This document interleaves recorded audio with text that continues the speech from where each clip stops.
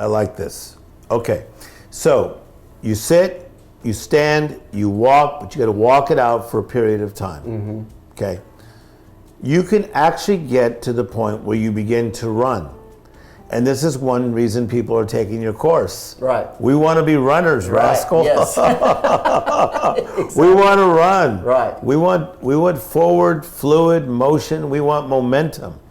Can you please tell us how to be a runner in the area of your finances? The area of your finances to be a runner, you got to help other people with their finances. You got to help other people achieve their dreams. Yes. And that's part of scaling your business.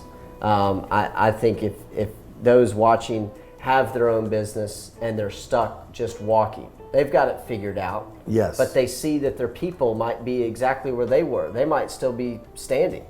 They might still be just now learning. Oh, yeah.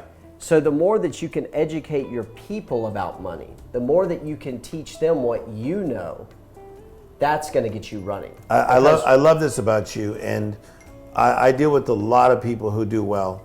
And one of the things they talk about is paying it forward.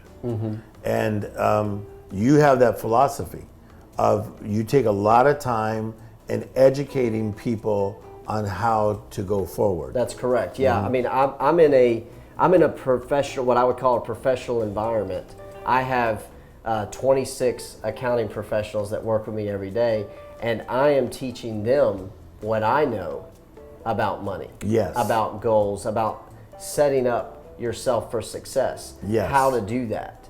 And I believe that those that are already running have done that for their people as well. I like that. And in the J.D. Frost way, where you're teaching us about finances, one of the things you teach is that when you're a runner and you're in that running stage, there's a new confidence that hits you. There's a new courage that hits you. And talk to me a little bit about that confidence and that courage. When money starts to come, it does build your confidence, doesn't it? Yes, no Talk doubt to me about the it. confidence. No doubt about it.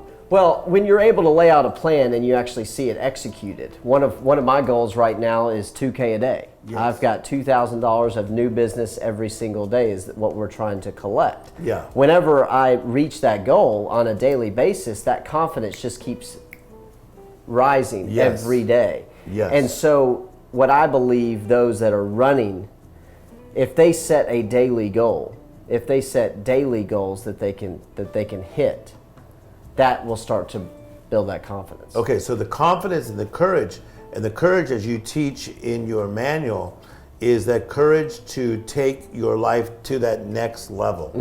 Because, you know, as you know, something that I teach, there's 3 levels of living. There's almost, most, and utmost. Almost means not quite, nearly, sort of.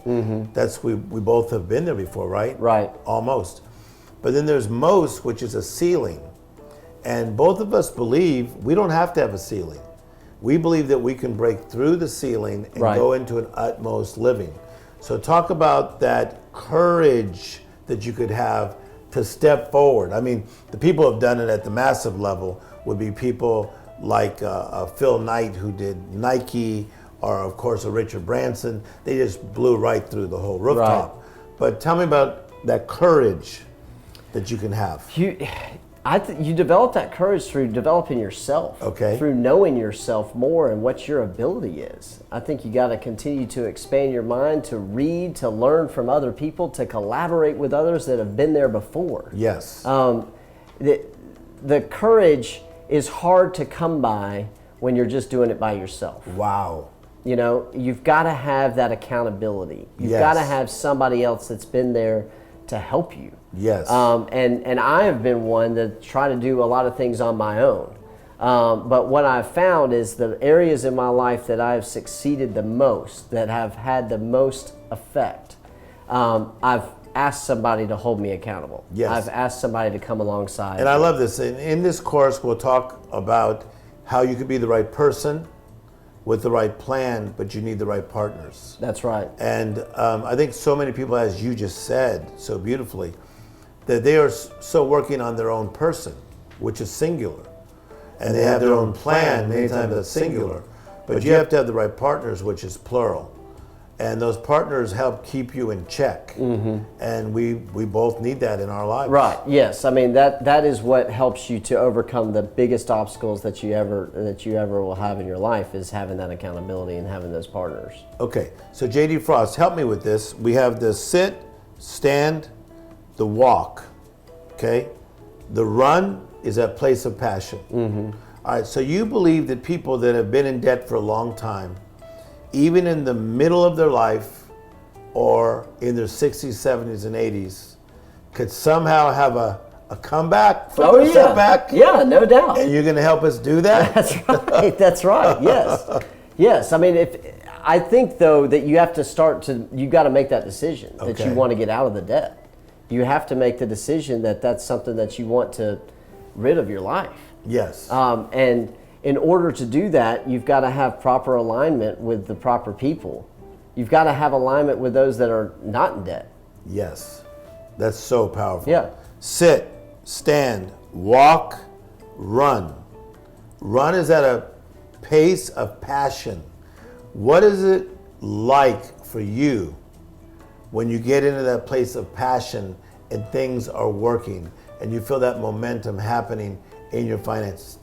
Tell people how good it feels. It feels incredible. I mean, when you have everything moving in the right direction, when you finally feel like it's just, you get up and you just know that you're going to make money today. Yeah. I mean, that's incredible. But it takes that hard work, that diligent work of watching your money in order to get to that point. The running phase, to me, one of the things that I like is I like having leverage, legal leverage.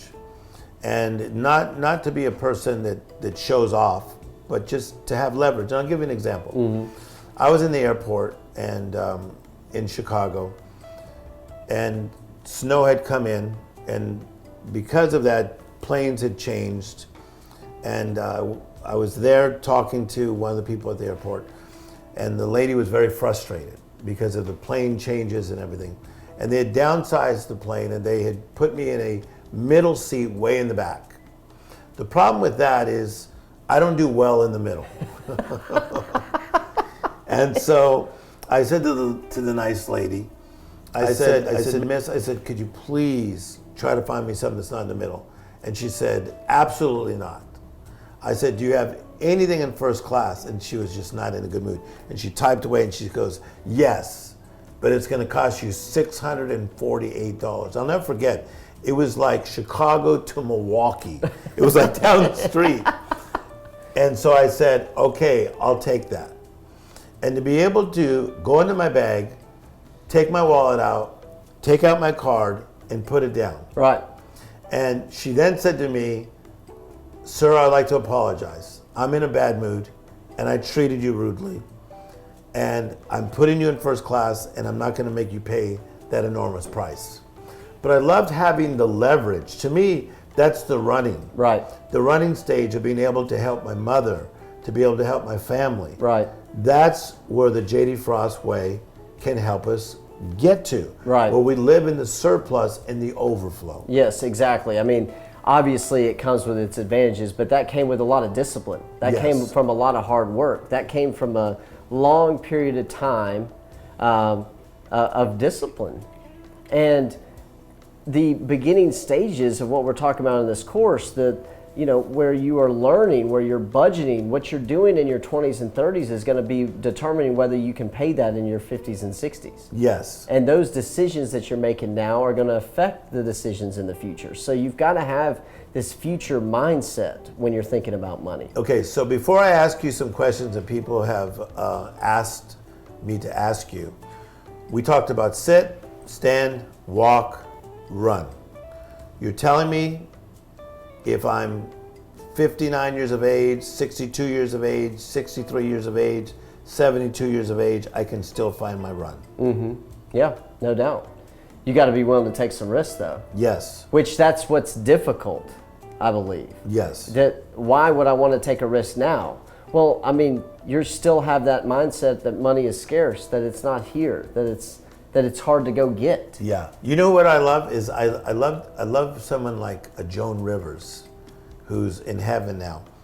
But Joan Rivers, she made it as a comedian.